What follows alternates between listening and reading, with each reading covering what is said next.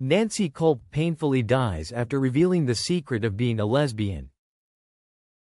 Nancy Kulp was born Nancy Jane Kulp on August 28, 1921, in Harrisburg, Pennsylvania, was an iconic American actress best known for her distinctive role as Miss Jane Hathaway on the beloved television show The Beverly Hillbillies. A woman of remarkable wit, talent, and intelligence, Kulp carved out a unique place in the history of television with her one-of-a-kind performances and her commitment to her craft. Growing up in a middle-class family, Kulp's early life was marked by a strong focus on education. She was an excellent student and eventually attended Florida State University, where she earned a degree in journalism. Her initial career ambitions did not involve the entertainment industry, as she aspired to be a writer and even briefly worked for the Miami Herald. However, her path would soon take a significant turn. During World War II, Nancy Kulp answered the call of duty and joined the United States Navy. She served as a member of the Women Accepted for Volunteer Emergency Service, WAVES, a branch of the military that allowed women to contribute to the war effort in critical non-combat roles. Kulp's role as a communications specialist showed her sharp intelligence and dedication to serving her country. Her military service reflected her sense of patriotism, discipline, and responsibility, qualities that would later shine in her acting career. Nancy Kulp's transition into acting came somewhat by accident. After the war, she moved to Hollywood with her husband, Charles Malcolm Dacus, in search of a new direction. At the suggestion of a family friend, she tried her hand at acting. Her distinctive appearance, with her tall, slender frame and sharp facial features, set her apart from other actresses of the time and led to a series of small roles in films. She appeared in movies such as Shane, 1953, A Star is Born, 1954, and The Three Faces of Eve, 1957. However, it was in television where Kulp truly found her stride. Her role as Miss Jane Hathaway on The Beverly Hillbillies, 1962–1971, made her a household name.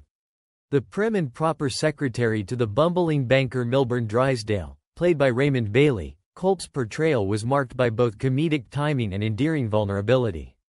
Miss Hathaway's unrequited affection for the show's handsome but dim-witted Jethro Bodini, played by Max Baer Jr., became a running gag that endeared her character to millions of viewers. Kulp's portrayal of Miss Hathaway earned her critical acclaim and several award nominations, including an Emmy nod. Her ability to make audiences laugh while also eliciting empathy for her character's plight showcased her range as an actress. Beyond The Beverly Hillbillies, Kulp appeared in other popular television shows such as Perry Mason, The Twilight Zone, and The Jack Benny Program. In addition to her successful acting career, Nancy Kulp had a passion for politics. In 1984, she made an unexpected career shift and ran for the United States House of Representatives as a Democrat from Pennsylvania's 9th Congressional District. Her platform focused on progressive issues such as environmental protection, education, and social justice. However, her candidacy faced challenges, including public opposition from her former Beverly Hillbillies co-star Buddy Ebsen, who supported her Republican opponent. Despite a spirited campaign, Kulp lost the election but remained an outspoken advocate for the causes she believed in. Nancy Kulp's life was marked by both professional success and personal turmoil, with the latter often overshadowing her public achievements. She married Charles Malcolm Dacus on April 1, 1951, in Dade County, Florida. This union, however, was not destined to last, and the couple divorced in 1961. Their marriage, though publicly presented as a conventional partnership, was fraught with difficulties that would ultimately contribute to Kulp's emotional and physical suffering. Her husband Charles Malcolm Dacus showed the cruelty that Nancy had to endure in life. Is a woman who is not treated equally when she is someone who likes both men and women. Her husband found out about it and beat her and said bitter words to her. The deterioration of Kulp's marriage with Dacus became evident as their personal differences and conflicts grew. Kulp, known for her strong and independent persona, was privately enduring a different kind of hardship. Her relationship with Dacus was marred by his cruelty, which stemmed from a deeply ingrained intolerance and misunderstanding of Kulp's personal identity. Despite her successful career and public persona, Kulp faced a harsh reality at home.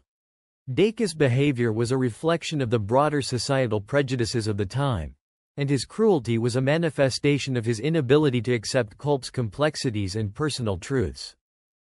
One of the most painful chapters in Kulp's life unfolded around the early 1960s when Dacus discovered that Kulp was suffering from an unidentified cancer. This diagnosis came at a time when medical knowledge and treatment options were limited, and the emotional toll of the illness was exacerbated by the personal strains in her marriage. The cancer diagnosis was not only a physical blow but also a profound emotional and psychological challenge. The intensity of her suffering was compounded by Dacus's harsh reaction, which included physical and emotional abuse. Kulp's inability to have children, a consequence of her illness, added another layer of distress to her life. Kulp's revelation about her husband and the pain she endured is a poignant reminder of the personal battles faced by individuals behind the public facade. Her suffering was not just a result of her illness but also of the toxic dynamics within her marriage. Despite the harshness of her experiences, Kulp chose to view her relationship with Dacus through a lens of empathy rather than blame. She expressed that their relationship, which lasted a decade, was marked by mutual faults and misunderstandings. Kulp's reflections on her marriage reveal a deep sense of resignation and acceptance of the choices both partners made.